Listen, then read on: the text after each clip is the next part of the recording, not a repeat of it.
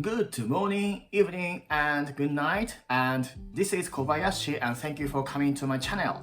And I'm an online teacher, and this is my first English vlog. Okay, so I want to talk about my daily life, and update news about my life is this one: TOEIC exam. I took TOEIC last weekend, and I want to share my stories. So currently, my score of TOEIC is 980, and this time I want to aiming at 990, but to be honest, my preparation is incomplete or no preparation at all. So in that times, it occurs to me that, okay, I might skip it. Maybe next time I'll do my best, because this time my condition is not best. That is some of the excuse I use all the time. That is my bad habit. But as an online teacher, I always advise students to take the test anyway, regardless of their situations. Whatever happens, just take it. So I take my own advice and I went to the test center and took the test. Okay. So my motto before the test is complete these official test books. This is my perfect preparation, basically. Look at this cute, colorful design of the TOEIC official test. It looks like the design of the Paul Smith, the famous wallet maker. But anyway, I always complete this beautiful rainbow official test from 1 to 12. Then I'm ready and I take the test. But this time, just I read the keynote sentence just once to put my mood into the TOEIC mode.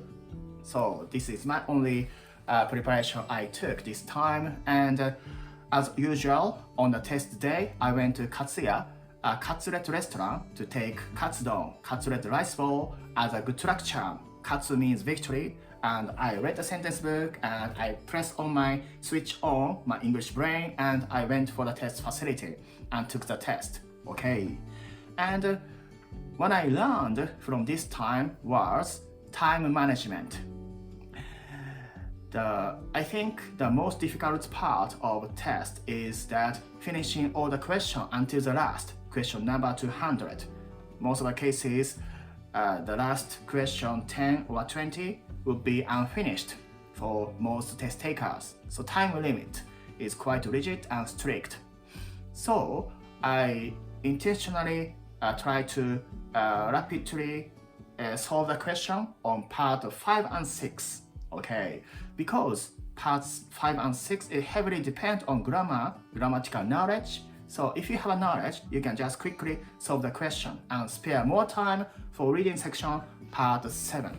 So I took that strategy, and in my case, on the reading section, for the first 15 minutes, I completed the part 5 and 6, so I allocated whole 1 hour for reading section, the most time-consuming part 7. So by finishing part 5 and 7 within part 5 and 6 within 15 minutes, I felt some confidence coming up from inside me. Or maybe I can finish whole questions within the time because I still have 1 hour for the part 7. So my advice or my strategy I'm going to take next time would be just try to solve the question part 5 and 6 as quickly as possible. Then I spare more time for part 7. Maybe 5 minutes more than the usual. Okay. So this increasing amount of time for part 7 can dramatically reduce my stress levels and give me some confidence and actually let me feel as if solving a question on part 7 would be quite comfortable or even enjoyable because I have more time. Okay, so what I learned from this experience is that increasing your speed of reading time would be quite difficult. It takes a lot of time, effort, or even some luck. However, thinking about some knowledge can be attained within a short time. And using that knowledge, you can solve the question part 5 and 6 within 15 minutes or much even faster. so that even the normal speed reading can be okay to finish all the questions on part 7 if you have more time. Okay, so that is the strategy I learned from this time. And last but not least, what I want to say in this English vlog was that no attempt would be wasted.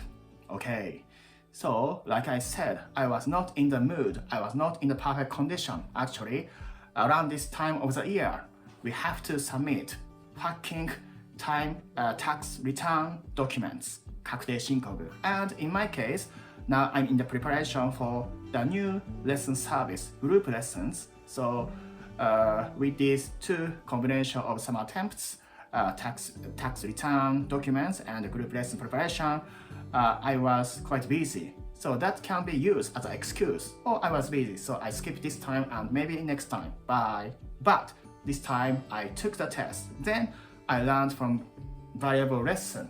So no test attempt will be wasted, so just go for it, whether you are in the best condition or not. Okay, so let's do our best, or even you are not in the best mood, just go for it as the same English learners.